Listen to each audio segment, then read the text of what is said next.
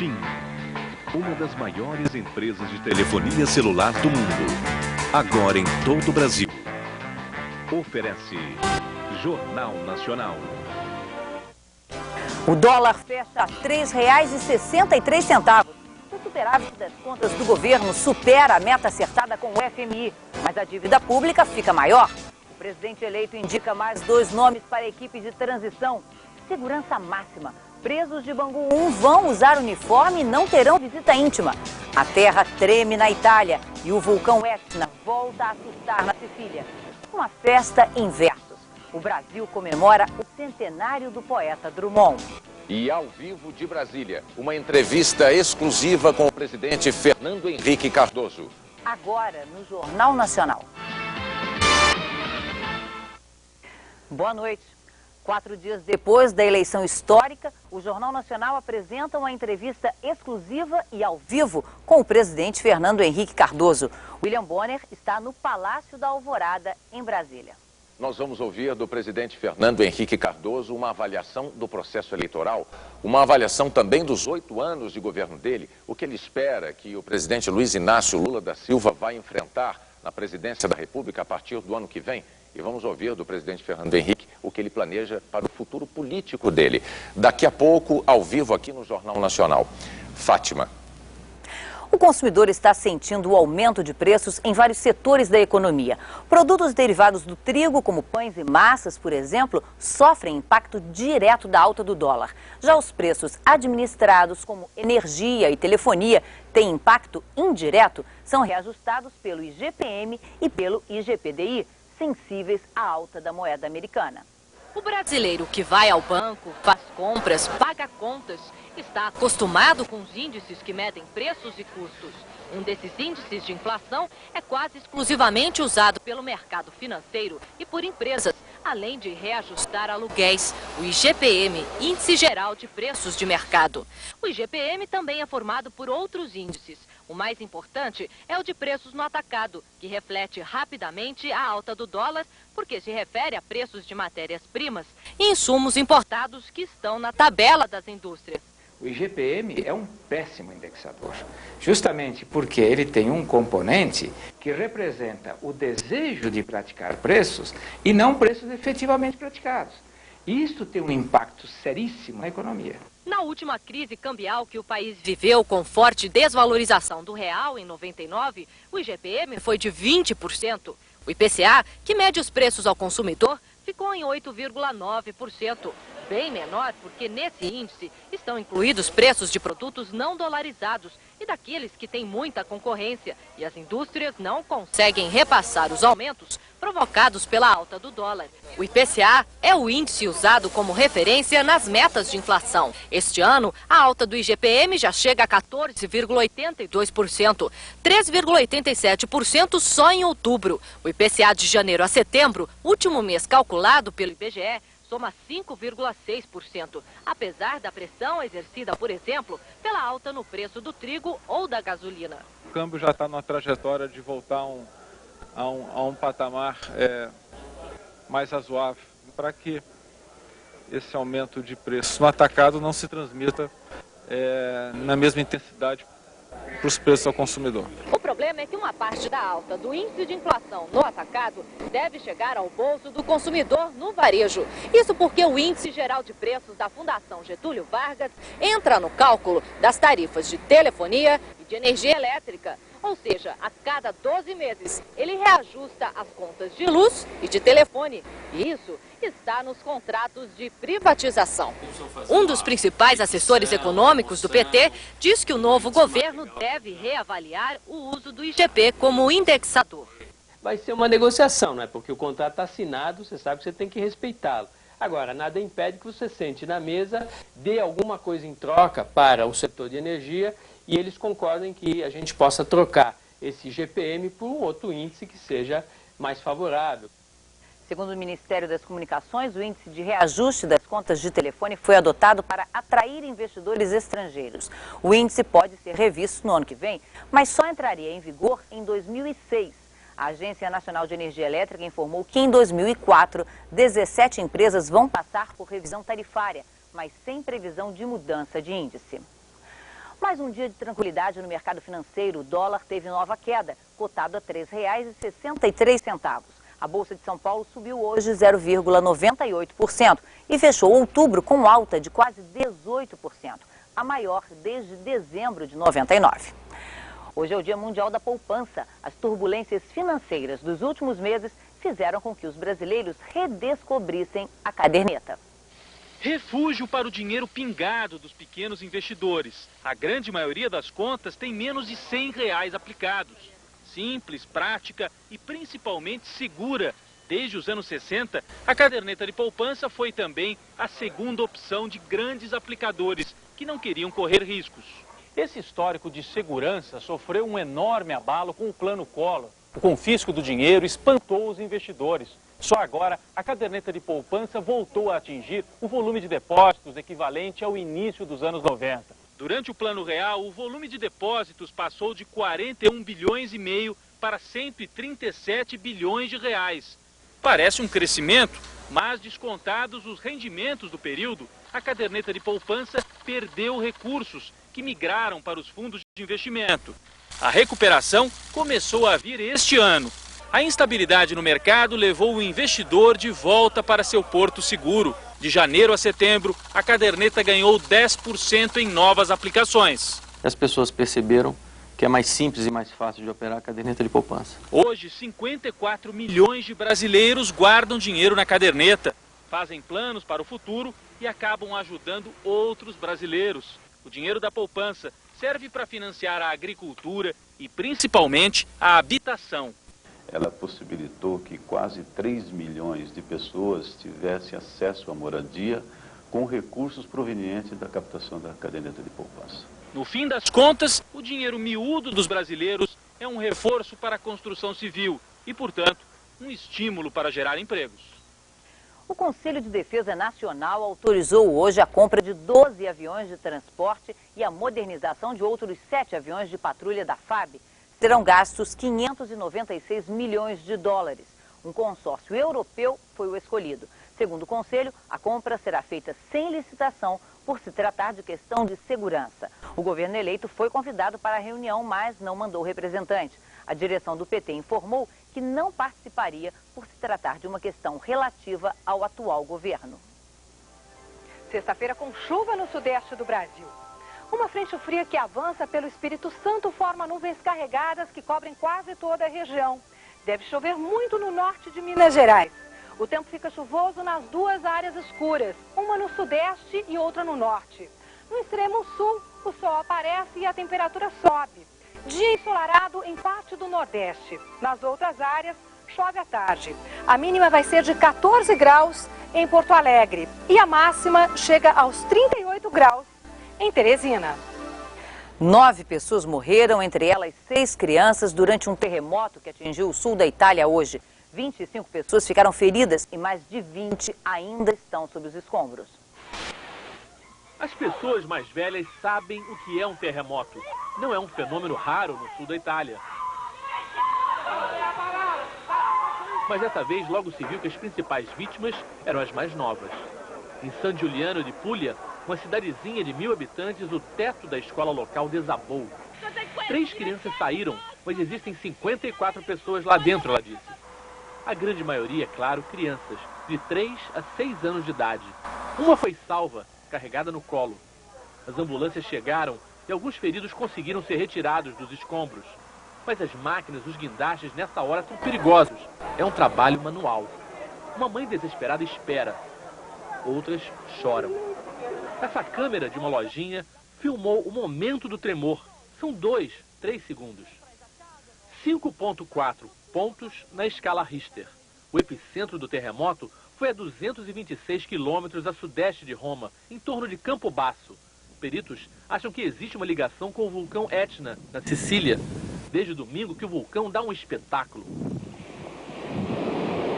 O governo italiano decretou estado de emergência na região, que também sofre tremores de terra. Os especialistas dizem que o vulcão Etna está cada vez mais perigoso e, aparentemente, desestabiliza toda a região. O pior do drama de São Juliano é que uma ordem havia sido dada para que a escola não abrisse hoje por causa de um leve tremor ontem à noite. Mas hoje era dia de festa, é Halloween. As crianças queriam brincar de bruxas e fantasmas. Agora, à medida que a noite avança, a aflição aumenta para as famílias da cidade. Em instantes, as novas restrições aos presos da cadeia de segurança máxima de Bangu 1 e a comemoração do centenário de Carlos Drummond de Andrade.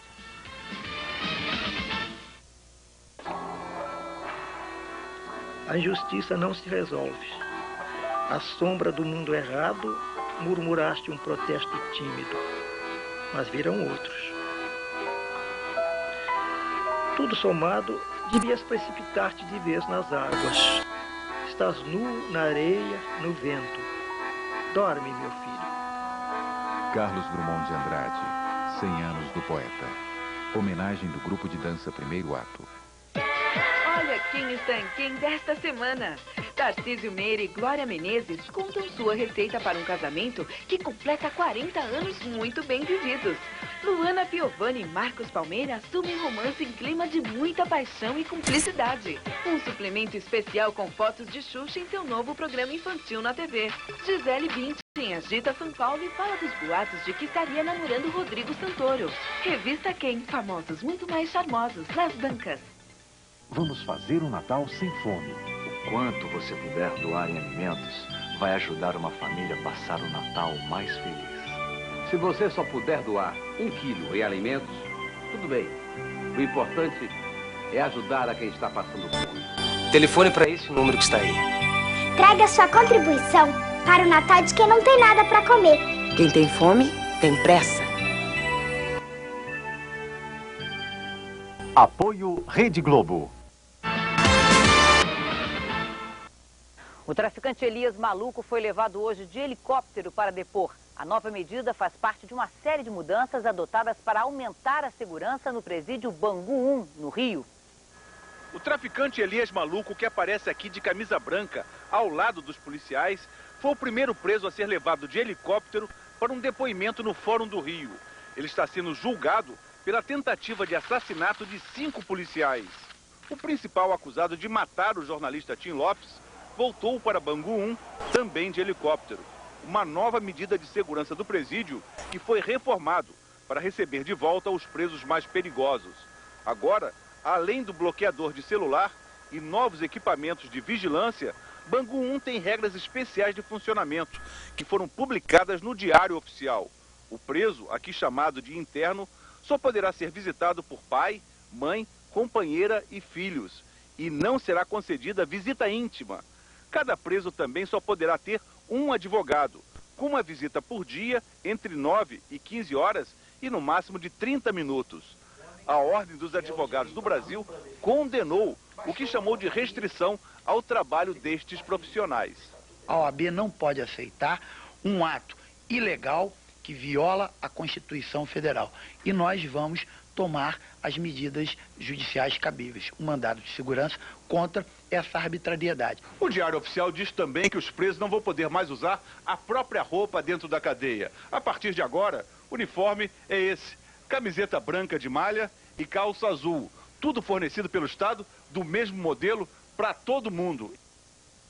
A Secretaria de Segurança do Rio disse que a decisão de limitar o acesso de advogados aos presos foi tomada para evitar abusos. Segundo a Secretaria, o traficante Fernandinho Beiramar recebia a visita de 19 advogados. O fim de 19 anos de impunidade. Foi preso no Rio Grande do Norte um professor condenado por tentativa de assassinato em 83. O caso ganhou notoriedade internacional graças à luta da vítima, Maria da Penha, ex-mulher do criminoso. Em maio de 1983, Maria da Penha foi baleada num assalto simulado na casa dela, em Fortaleza. Por volta de 6 horas da manhã, eu estava dormindo e acordei com um tiro nas minhas costas. Alguém tinha atirado nas minhas costas. Consequência disso, eu passei 4 meses hospitalizada e fiquei com paraplegia. A polícia descobriu a farsa e o marido dela, o professor universitário Marco Antônio Viveiros, foi acusado de ser o autor do disparo. Ele foi julgado pela primeira vez em 1991, 8 anos depois do crime. Condenado a 10 anos de prisão, ele conseguiu anular a decisão da justiça. Depois, em 1996, um novo julgamento. E pela segunda vez, ele foi condenado, mas por força de recursos, ficou em liberdade. A não aplicação da pena chamou a atenção da OEA. A Organização dos Estados Americanos condenou o Brasil por impunidade e citou como exemplo o crime cometido contra a Dona Maria da Penha. Por decisão do Superior Tribunal de Justiça, Marco Antônio foi preso ontem no Rio Grande do Norte, onde dava aula numa universidade particular. Faltavam apenas 7 meses para que a pena fosse considerada prescrita. Eu estou feliz, não só por ele estar preso, mas principalmente porque as recomendações que a OEA emitiu, nós temos condições, nós, movimento de mulheres, temos condições de trabalhar e melhorar o quadro de impunidade. A Justiça de São Paulo estabeleceu ontem à noite a maior sentença dada no país por pedofilia. O professor de futebol, João Batista Lisboa, foi condenado a 60 anos de prisão por atentado violento ao pudor. No ano passado, 4 alunos do treinador denunciaram ter sofrido abusos sexuais. Um laudo da perícia apontou o atacante Guilherme, do Corinthians, como responsável pelo acidente que matou 2 pessoas no início do mês. A polícia espera concluir o inquérito em 15 dias.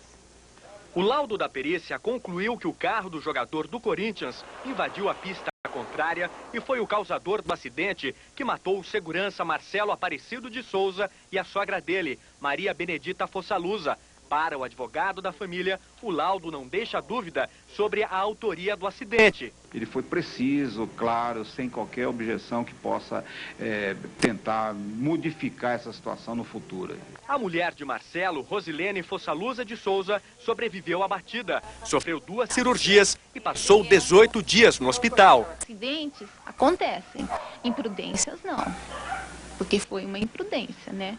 Guilherme estava acompanhado de 3 amigos e 4 mulheres. 2 disseram em depoimento que o atacante tinha ingerido grande quantidade de bebida alcoólica. O delegado que investiga o caso não gravou a entrevista. Ele disse que ainda vai ouvir o depoimento do jogador e dos amigos dele que estavam no carro. O advogado de Guilherme teria assumido o compromisso de trazer o jogador para prestar esclarecimentos aqui na delegacia de Marília. Prazo que termina na próxima semana. O advogado de Guilherme, Antônio Cláudio Mariz de Oliveira, teve acesso ao laudo, mas nem ele nem o jogador quiseram falar sobre o assunto.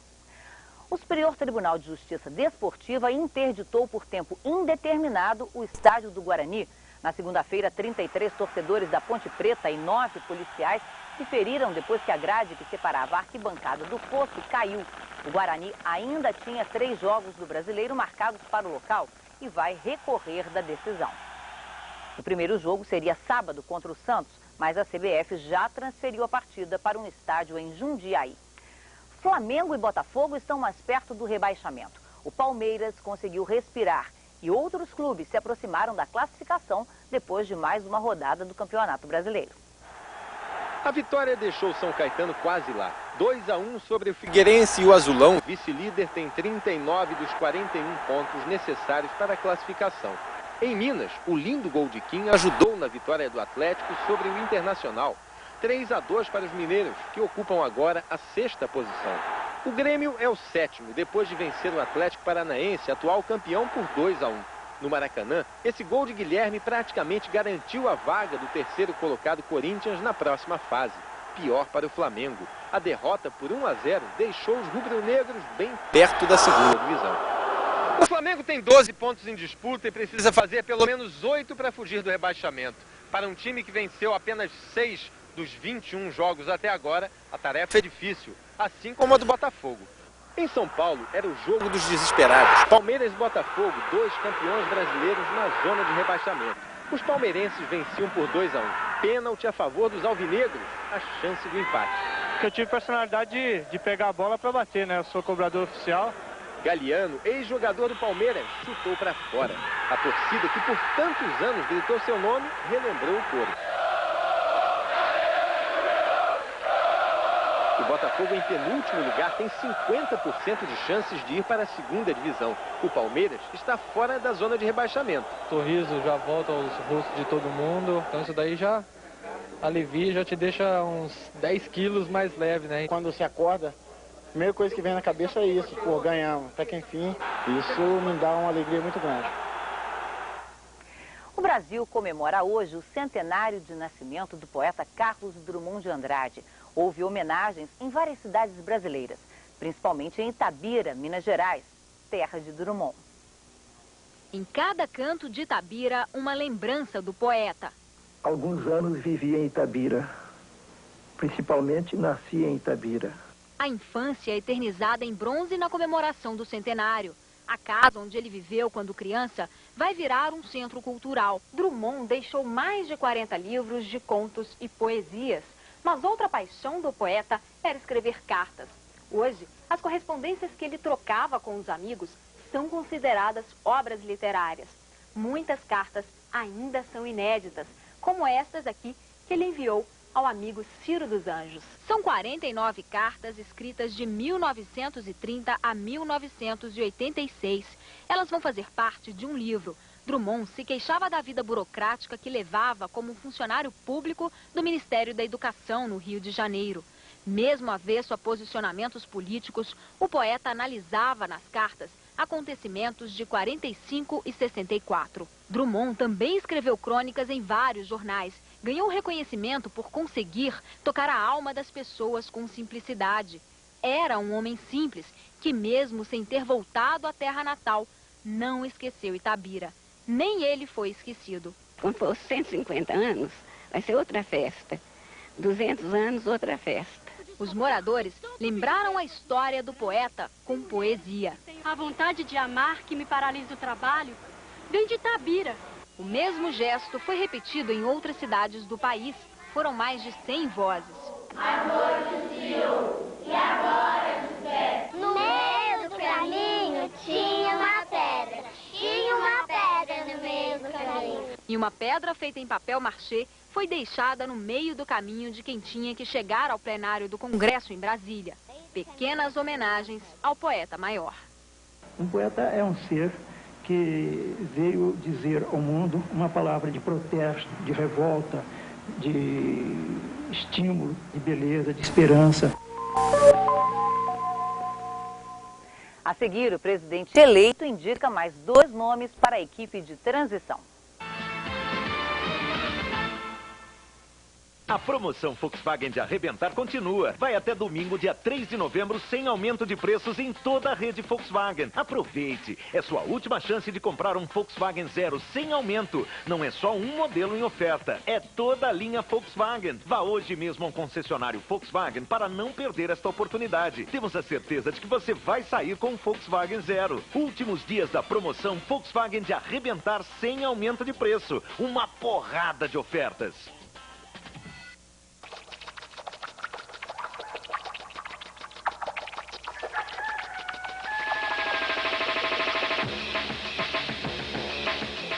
João amava Teresa, que amava Raimundo, que amava Maria, que amava Joaquim, que amava Lili, que não amava ninguém. Carlos Drummond de Andrade, 100 anos do poeta. Homenagem do grupo de dança Primeiro Ato. Vejam só, mais uma vez o aniversário do Extra invade a cidade com milhares de toneladas de ofertas imperdíveis e preços escandalosamente baixos. Você nunca viu tanta variedade com preços tão pequenos. O mais barato está em festa. Venha aproveitar. Metron AMD Duron 6 de 331,17 grátis, impressora HP, fogão 4 bocas, Esmaltec Rubi R$229, TV 29 polegadas CC de 1.099 por 859. Venha para o aniversário do Extra, um escândalo de preços baixos. Venha celebrar a paz no Dia Nacional da Juventude. Dia 3 de novembro, a partir da 1 da tarde, no ginásio do Mineirinho. Shows com Zé Vicente e banda W21, além de dança, teatro e muito mais.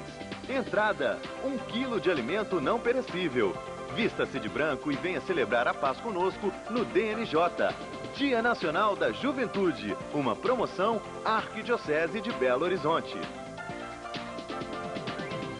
Esperança. O que você está fazendo aqui, Maurício? Quero falar com você. E eu não quero falar com você. Anda, atrevia. Já disse, eu quero falar com você. Vamos embora. Me larga. Largadeira, gente. Largadeira.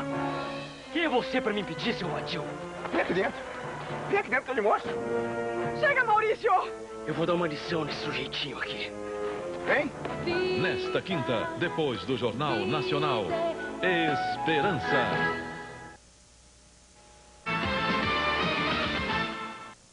A companheira de Cássia Eller ganhou hoje na justiça a guarda do filho da cantora, um menino de 9 anos. No Fórum do Rio, Maria Eugênia comemorou a decisão que é considerada inédita no Brasil.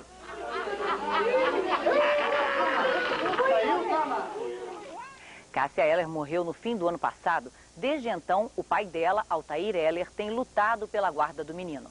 Hoje, o avô concordou em não recorrer da decisão da justiça. Ele vai poder visitar o neto. A possibilidade de uma guerra contra o Iraque faz com que o governo americano tente conquistar aliados entre os países de maioria muçulmana. Para isso, os Estados Unidos estão lançando uma campanha. Muçulmanos bem-sucedidos na América, a professora, o comerciante, o médico, recebido até pelo presidente Bush. Dr. Zahuni. Personagens de uma campanha do governo americano para tentar reduzir a hostilidade contra os Estados Unidos. Os filmes vão ser exibidos na TV de países árabes e asiáticos, começando pela Indonésia, que tem a maior população muçulmana do mundo. A América é mostrada como um lugar de tolerância. O paramédico dos bombeiros afirma: tenho colegas judeus, cristãos, católicos, hindus. Em boa parte do mundo islâmico, a campanha está sendo vista como uma peça de propaganda no momento em que o presidente Bush ameaça atacar o Iraque. E de acordo com uma pesquisa feita em 7 países árabes, é justamente a política dos Estados Unidos para o Oriente Médio que explica por que nesses países a maioria da população tem uma visão negativa do governo americano. Na Arábia Saudita, 87% da população não gostam dos Estados Unidos. No Egito, 76%. Na Jordânia, 61%. No Kuwait, 48% de desaprovação. Apesar de criticar o governo, a população árabe elogia a liberdade individual e os direitos das mulheres nos Estados Unidos. O primeiro-ministro israelense Ariel Sharon vai tentar formar um novo gabinete com integrantes dos partidos de extrema-direita para evitar a convocação de eleições antecipadas. Hoje, Sharon convidou o ex-chefe do Estado-Maior, general Shaul Mofaz, que aceitou o Ministério da Defesa. Ele irá substituir Benyamin Ben-Eliezer, que pediu demissão ontem, junto com outros 4 ministros trabalhistas. Os trabalhistas deixaram o governo por não concordar com a verba do novo orçamento destinada aos assentamentos israelenses em territórios palestinos. Um documento mostra que acusados de desvio de dinheiro público no Tocantins foram avisados com antecedência sobre uma operação da Polícia Federal. Em telefonema gravado pela polícia, um dos acusados diz que o aviso teria partido do governador do estado. Foi uma super operação, 120 homens para fazer apreensões em 28 empresas de 3 estados e no Distrito Federal. Não encontraram nenhuma prova.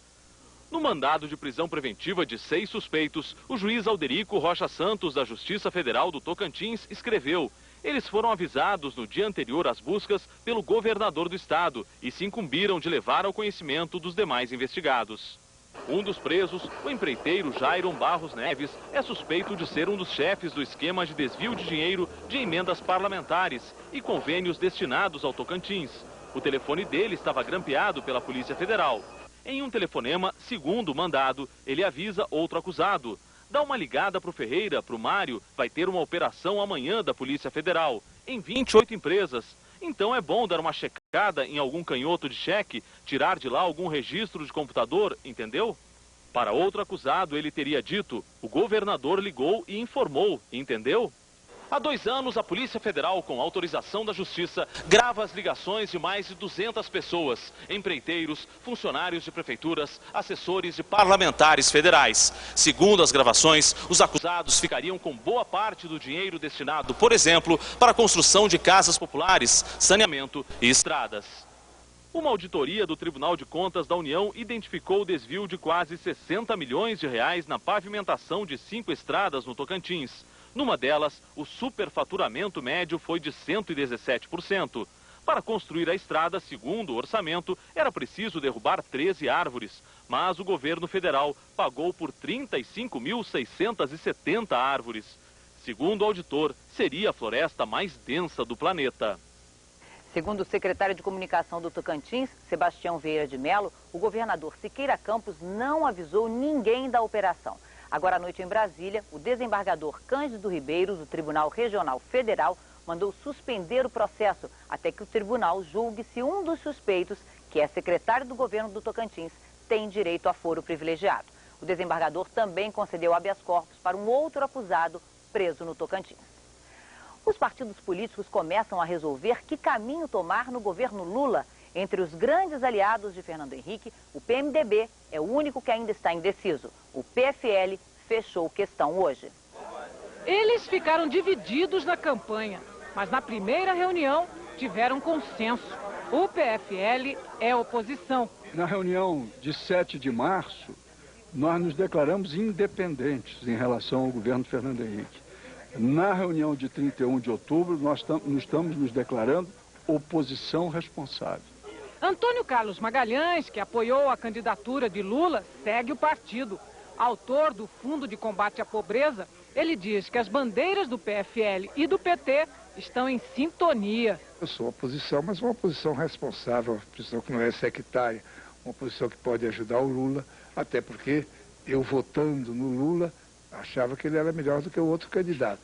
O PSDB já estava decidido a ser oposição. Nós daremos governabilidade e seremos inflexíveis nas denúncias. Mistura isso tudo, vai dar um belo bolo de ajuda a que a oposição pode dar a um governo ao qual nós desejamos todas as felicidades. Até o PT já esperava enfrentar a resistência de quem sempre foi governo e está conversando. A exceção é o PMDB. Fez coligação formal com o candidato do PSDB, perdeu, mas não diz que vai para a oposição. Na semana que vem, o PMDB vai fazer reuniões com os governadores eleitos e a bancada para decidir o rumo do partido. O PMDB vai ajudar para que o Lula tenha os meios para cumprir a sua promessa eleitoral. O país quer isso e nós não podemos recusar isso. O PT sabe que terá que driblar as pressões para não fazer barganhas em troca de apoio político. Tem setores de praticamente todos os partidos que querem integrar a base de governo do Lula. O presidente eleito, Luiz Inácio Lula da Silva, anunciou hoje novos integrantes da equipe de transição. Lula passou o dia reunido com assessores e reafirmou que a prioridade do novo governo será o combate à fome. Quem esperava Lula sair de casa hoje de manhã achou que este seria o grande momento. Mas o presidente eleito não estava no carro. Ele saiu a pé por outro portão e foi rapidamente cercado. Lula deu autógrafos, acenou, abraçou eleitores e velhos amigos. Eu, se pudesse, eu abraçava todo mundo, beijava todo mundo, porque eu acho que o contato direto com as pessoas é uma coisa insubstituível. A gente não faz política pela televisão, pelo rádio, a gente faz política conversando com as pessoas. De casa, Lula foi ao comitê de campanha para uma reunião fechada com assessores, inclusive o ex-deputado Luiz Guxiquem, que acaba de ser nomeado coordenador adjunto da equipe de transição. E mais 2 integrantes do grupo foram anunciados. Dilma Rousseff, secretária de Energia do Rio Grande do Sul, e José Graziano, autor do projeto Fome Zero. Ele deu mais detalhes sobre o programa. A proposta nossa é que o cartão tenha uma base de R$80 per capita de consumo de alimentos. O cartão é um crédito suplementar aos outros programas.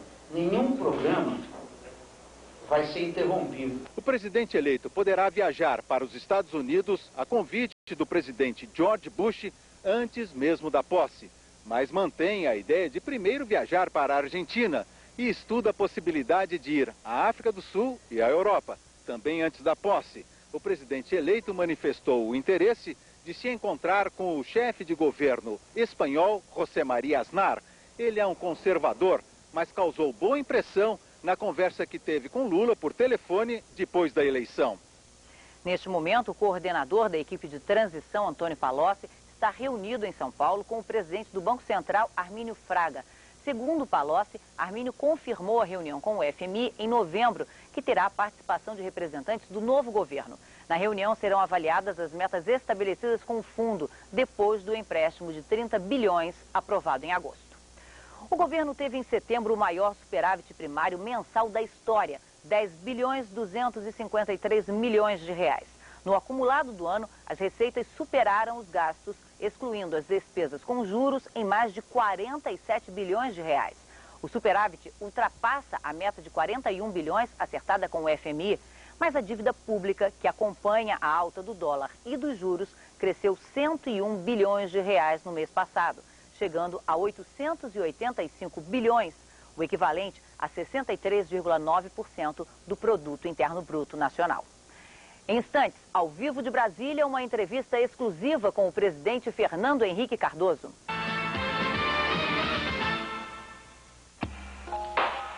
Perdeste o melhor amigo. Não tentaste qualquer viagem. Não possuis carro, navio, terra, mas tens um cão.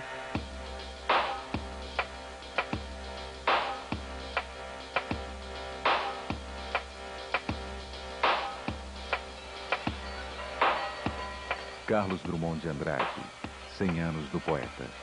Homenagem do grupo de dança Primeiro Ato. Ô Piscite, é aniversário do EPA. São 43 anos de preço baixo. Quer ver? Solta aí as ofertas. Creme Dental Sorriso Joá mais Própolis 98 centavos. Refrigerante Del Rey 85 centavos. Iogurte També 1,48. Chã de dentro peça pedaço 5,98 o quilo. Peito de frango congelado a granel 2,78. Ô da poltrona, levanta e vem pra cá. Aniversário do EPA. Preço baixo é no Super Vizinho.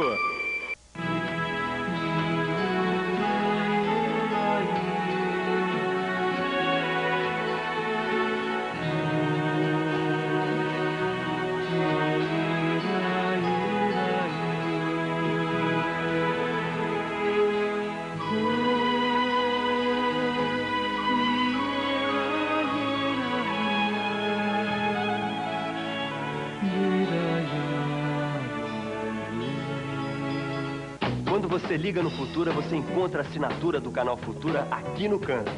E no resto da telinha, algo que ajuda a mudar as nossas vidas. Diversão e educação dando a maior força aos jovens. É por isso que eu sou também espectador dos outros programas do canal Futura. E eu acho o máximo estar aqui. É assim que eu gosto de ver. O Futura aqui ao lado e conhecimento em todos os cantos da sua vida. Assista ao Futura, o canal do conhecimento. A Fiesp acredita nesta ideia. Hoje, depois de Esperança, o bicho vai pegar na grande família, porque Agostinho tá cansado de passar vexame na frente da Bebel. Vai lá, tio, vai, quebra o cara. Violência não leva a nada, Bebel. E agora o sonho desse malandro é se tornar um lutador da pesada. A gente vai te transformar numa arma letal das artes marciais. Vai sobrar confusão pra todo mundo. Hoje, depois de Esperança, a grande família.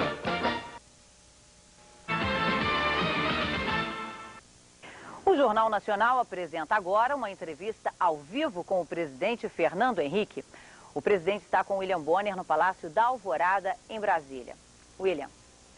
Fátima, público do Jornal Nacional, estamos aqui na maior das salas do Palácio da Alvorada para essa entrevista ao vivo com o presidente Fernando Henrique, a quem eu dou agora o meu boa noite. Boa noite, William. Presidente, vamos iniciar ouvindo a sua avaliação do que foi o processo eleitoral deste ano.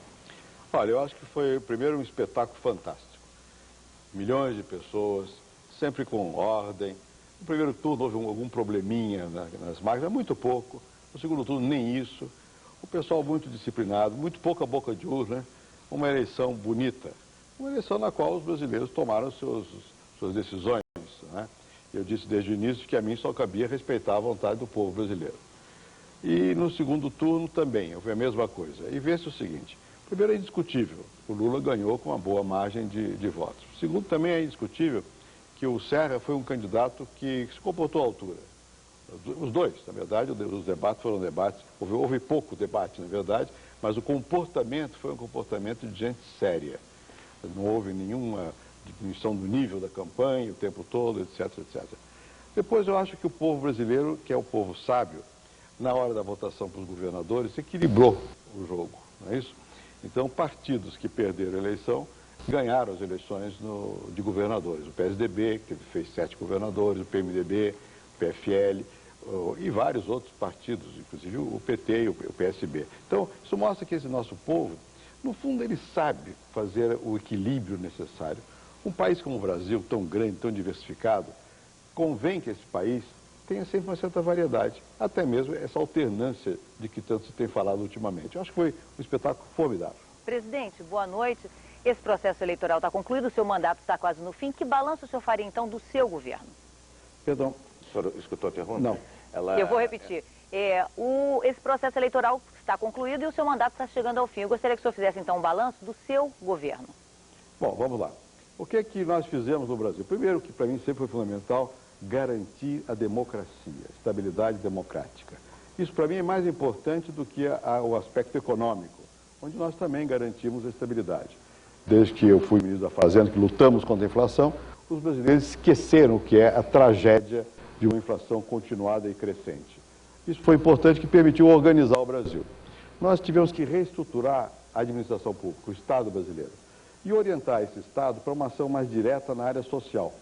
Eu acho que isso tem importância equivalente à importância da estabilização da economia. Criamos programas na área da saúde, na área da educação, os resultados estão aí, eu não preciso repetir, e não preciso nem dizer, as Nações Unidas acabam de dar um prêmio a mim, que não é a mim, é o povo brasileiro, que nós conseguimos avançar nas áreas sociais de uma maneira bastante marcante. E em função disso, houve paz no Brasil. Mesmo as greves, que em outra época eram marcantes, toda hora greve, não existe mais isso. Há reivindicações, mas nós aprendemos a negociar, os sindicatos negociam, os patrões também, mesmo o setor público. Então eu acho que houve um período de calma. Faltou muita coisa.